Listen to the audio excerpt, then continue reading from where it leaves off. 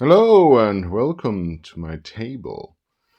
Today we are taking a look at Knock, an old school game in brick-a-brack, issue 5. Knock is a fan magazine for old school role-playing, and it is a collection of articles, classes, maps, adventures, monsters, and so on, found all over the interwebs in the blogger sphere. Some of it is written especially for the magazine, and some of it is just polished and layouted in a really nice way. This is a thick little book, and it is also dense. I'm just showing my highlights, but as you can see, there's a lot of highlights in this issue. Let's start with the dust cover, which has a pretty nice illustration of a mad wizard and some desperate adventurers having a cliffhanger. Perfect moment to end the session. And inside you find a class, the Little Folk, a close to nature race of little people that all wear masks, complete with big of background abilities, and also monsters. Ready to drop into any old school game. Might fit really well in Dolmenwood, actually. I get this Dolmenwood vibe from it. We also get a postcard that I use as a bookmark with a little dungeon on it. So not even this space is wasted. There's gaming stuff in here. Right. Let's see for the highlights in the actual book. First is the process for creating adventure locales, dungeons mostly. It's an essay that you should have a high-level concept for dungeon. What is it about? Is it about sunken Atlantean ruins? Is it about cannibal ogres? And then there's a process of creating dungeons. And this is really useful advice. I've done something similar. I think I'm going to link a lot of videos in this one. I've done a how to create a dungeon masterclass videos, and this goes right along this vein. Good stuff. Familiarity and contempt. This is about how we get used to strange and horrible things. Like, who's still afraid of skeletons, mummies, squiggly deep sea tentacle monsters? We've all become very used to that. So you can either try to come up with something new, or, as the author suggests, just don't use the overdone names and describe what the impressions from your monster is to keep it unknown, to build on this fear of the unknown factor. Useful advice. Flux space. This is an interesting concept if you don't want to traditionally dungeon crawl with a map, but through a more like esoteric space, like a labyrinth, or just a huge dungeon with not actually that much in it. You can create like this feeling of having a long, huge expedition through the process that is described here, that will require careful planning and bringing of enough resources. But you don't have to create a huge dungeon. Just create 5 points of interest, the 5 most important rooms, like in a 5-room dungeon. And the rest is pretty much just filler.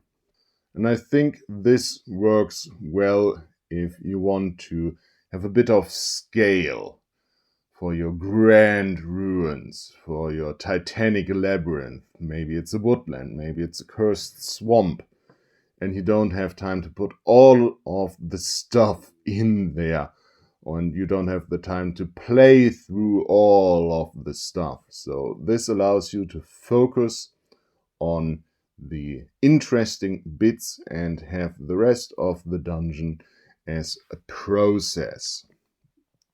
And interestingly enough, I've got on my shelf the new Coriolis, the Great Dark, that is focused on expeditions into unknown ruins and dungeons, pretty much, but it's using a variant of this flux space for its dungeon crawling mechanics.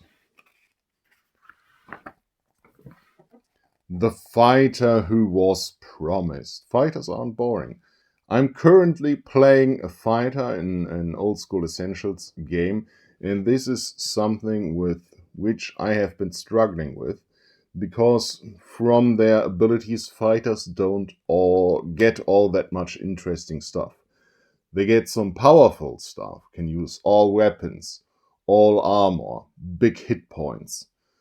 But apart from that, I think I'm level 3. I don't even have a 2-hit bonus yet, and that feels a bit lackluster, especially compared to what a fighter can do in, for example, Dungeon Crawl Classics. But here are a few thoughts what you could do with the fighter class. And what I found most revelation for me, if you want to say, is that fighters can have a stronghold from level 1. Whenever there's the opportunity, whenever you have enough gold, you can claim or create a stronghold and become the lord of your own domain. And you can do that from level 1. And that fits very well into the themes of the campaign we are playing, into the goals of my fighter. So I looked it up in the old school Essentials rules, and yep, there it was. I don't have to wait for like level 7 or something. I can do that right now. So now I'm excited to play the fighter again. I was always excited about the campaign, but no, man, the fighter. Yes, fighter that was promised. Overloading the encounter die. This works well with the flux spaces from before, but also for normal encounter die. Isn't it boring if you roll for an encounter and you don't get anything? Instead, you could put something like roll 1, it's an encounter. Roll 2, it's a percept of an encounter, like a clue, a spoor. 3 could be locality, something that is specific about the location you are at. Maybe it's weather, maybe it's a curse. 4, exhaustion. There are timed mechanics for when the group becomes exhausted. I think it was like after 4 rooms or something. This would replace that mechanic. If you roll on the overloaded encounter die every 6th turn, the group would get exhausted and has to rest. 5 means lantern runs out of fuel. 6 means torches burn down. And you can adapt that to fit within your game. I certainly find it interesting that if I don't have an encounter, I give a clue about what the next encounter may be. Give out a warning, and also locality. Have the dungeon live and breathe a little. Interesting concept.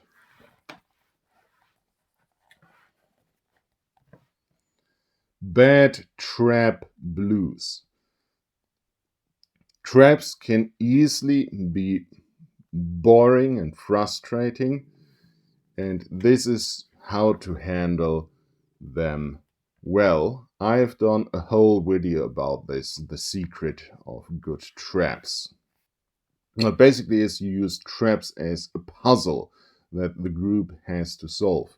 But this also reminds you, if you use traps as a puzzle, then the rooks should not be able to disarm them with the disarm trap ability, because that would be boring. What do ability scores represent? I'm sure this has happened to all of us. We've rolled a terrible character. Strength 6, Dexterity 6, Willpower 5.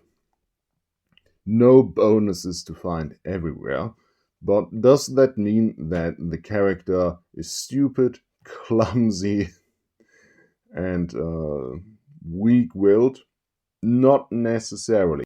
What this essay suggests is that the ability scores on your character sheet represents what your character can do on their worst day, when they are stressed out of their mind, when the situation is dire. Then this is what they have to roll on. But outside of these situations, they can be quite competent, intelligent, charismatic, and so forth, so long as they are not stressed out having to roll for stuff. So this is mostly the role-playing aspects of bad ability scores. This is how the Mothership RPG represents ability scores. All Mothership characters have bad ability scores by design, but as the game says, as this article says, this is your character on his worst day, stressed out, fighting for their lives. So don't be too hard on your character. Game enhancing powers, game ruining powers, and magic items. This is about magic item design and what to look out for. How to design good magic items, and what powers to avoid so the magic items don't break your game. In old school games, the characters don't get a lot of abilities from their character, not even from their spells. A lot of the cool stuff the characters can do comes from magic items. So you should give them a few magic items in the course of the adventure, and you'd better make them interested. Use the good stuff and avoid the bad stuff, like unlimited flight, which makes many obstacles super trivial. It breaks the game. Really good thoughts and ideas in here. The Cyclic Dungeon Generator. This is a method for dungeon design inspired by something like Legend of Zelda dungeons. The idea is that you first design the dungeon layout as like a flow chart, something like this, and then you could have like mini circles instead of these dots, and like stack these circles on top of each other to have a more complex dungeons. And only once you have done and designed like the mechanical part of the dungeon, only then do you draw the map. This gives you a well-designed dungeon from this flowchart point of design that makes it interesting to explore the dungeon, and then you draw the map to make it interesting all the way around. And I think this will be a good addition to my own masterclass dungeon design method, where I go route first. First, you design the route that the characters can take through a dungeon, and then you design the dungeon around that. And this can be a good addition or alternative to the route first method. Making magical items feel magical. So now that you know what to look out for to make good magical items, how do you make them feel interesting and cool? Basically, two ideas. The treasure should have a history, so it shouldn't just be a sword +2. It should be the legendary sword of the knight Arthurius he used to slay the dragon Vitakar with, which gives you an opportunity to tell your players some of your world's background, which they otherwise might not be interested in. And the other idea is any magic should be active. It shouldn't be just the passive +2 bonus to hit and damage. It should be an interesting magical effect, like a burning sword. It gives you some examples, some more ideas, and some example magic items. Good stuff. Laws of the land. The main idea here is that in your hex scroll, the land you're going through has special properties.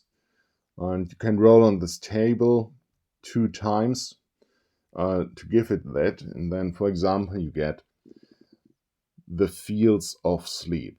It's foggy and grassy, and you must not sleep, must not create noise.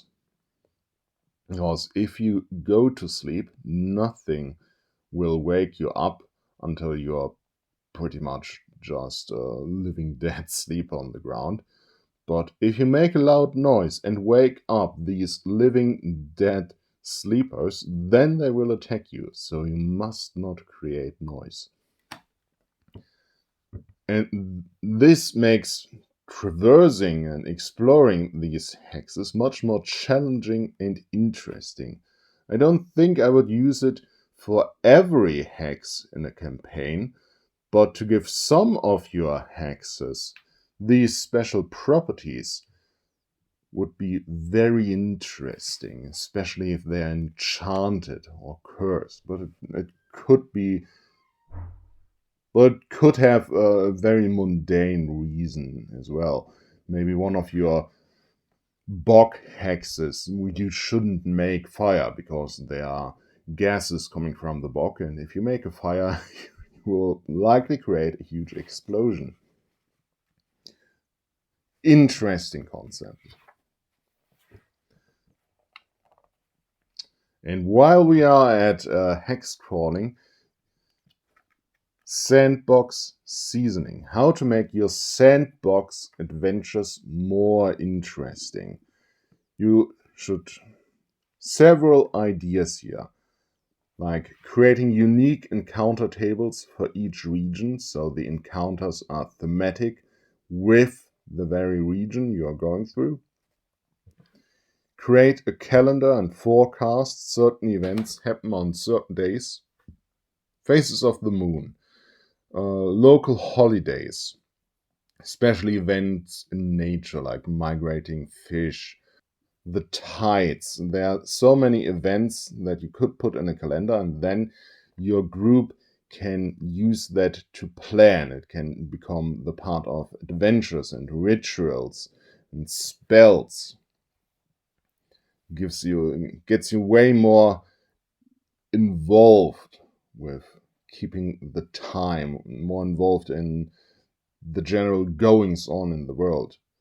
Then you should have factions, of course, like 5 factions that are maybe allied, maybe hate each other. They have some form of connection, and that makes it interesting to interact with the different factions, and they will ultimately drive what is going on in the world to further their goals, and you can just put your players in the middle and it will become interesting.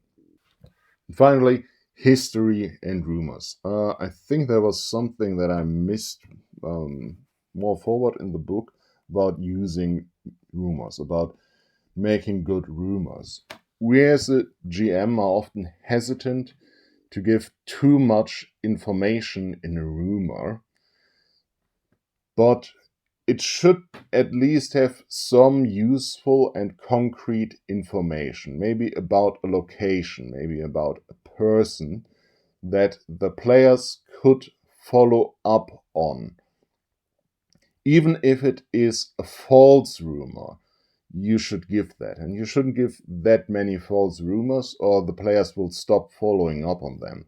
But if you give away a rumor and it is somewhat useful, if it is interesting, then the players can follow up on the rumor, and then you have an adventure hook. Useful stuff to flavor your sandbox. This village. This is just a village generator. Again, if you're doing this sandbox hex crawl style, this is pretty useful. This is a good collection of random tables just to generate villages. Nothing more, nothing less. Then in the middle we get a lot of like classes and monsters and entire adventures. Nothing that stood out to me at the moment, but always welcome to have more monsters and more adventures. Last bookmark. Now for something completely different. This is an essay about the history of the OSR, and that several times the OSR had been proclaimed dead, while I find that it is more alive and active than ever before. But I'm pretty much a latecomer. I came into the OSR, I think, in 2020, 2019, well past the Google Plus days or something. And I pretty much discovered it through YouTube, and I'm propagating the OSR through YouTube. I made a video about that. I've forgotten the title. I'll put a link somewhere. There's still so much creativity in the scene. This article is just a bit of history, just a bit of opinion. It is interesting enough. These articles aren't all that useful with concrete advice on how to play old school games and interesting ideas, but it's still an interesting read. So this was still one of my highlights. And that is Knock issue 5. Well, look, I haven't seen that yet. 1d12 places the wizard's vortex will take you. Even the spine of the book has a random table on it. Knock issue 5. I'm really happy with this horn, and I can wholeheartedly recommend it. I'll leave a link where you can get it in print and in PDF at the May Mushroom store down in the video description below. Also some affiliate links and links to my own books that you can follow and then maybe buy something. I will get a small percentage which will help out my channel and my creative endeavors. Thank you so much for watching. I bid thee farewell, dreamers, until we shall meet again.